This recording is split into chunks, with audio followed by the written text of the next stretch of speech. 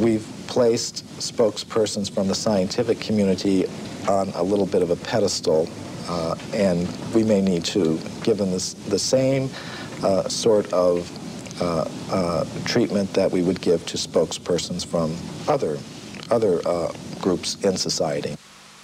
The Bible answers the riddle of our origin in 4 simple words: and God created man. Darwin looked at monkeys and saw Michelangelo. But for modern anthropologists who try to put a name and a date to the dawn of humankind, the answer is constantly changing.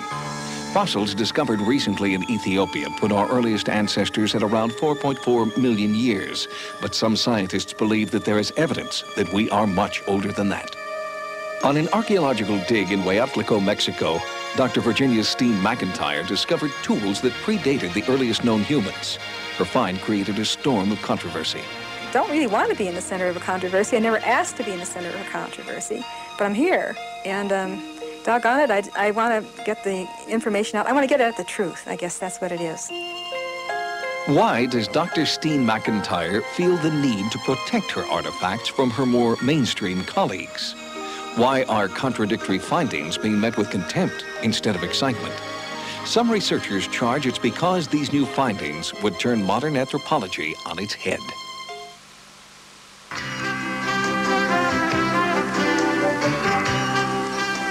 Welcome back to Talkin' Pittsburgh. Nice to have you with us. And this next segment should prove very interesting to you. How old are we?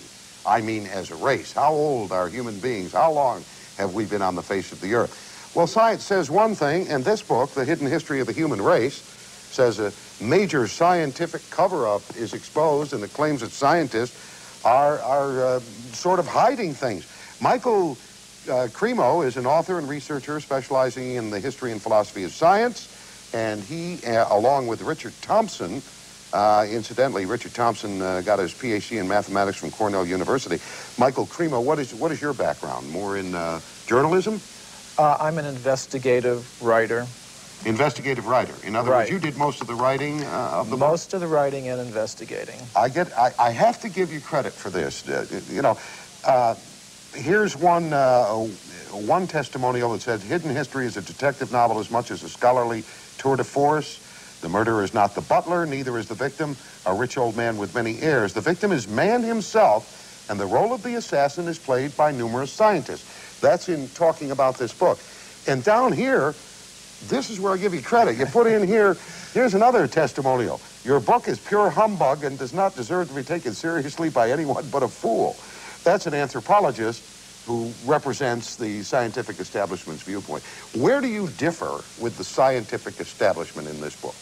Well, you're right. This book is causing shockwaves in the scientific community, and where we differ is, and let's just put the facts on the table and look at them and see how they've been dealt with. Now, I can give you another example. Yeah, there is one thing, though. Yeah. Your scientific delvings, if you will, have to be tempered, as everyone's is, by their own feelings. Yes. Now, you are a member of the Hare Krishna Society, the International Society for Christian Consciousness, as is your co-author. That's true. Okay, you could have an ulterior, even if you were trying not to. Right. Now, Hare Krishna believes in old souls, right? I mean, that we have been here for forever.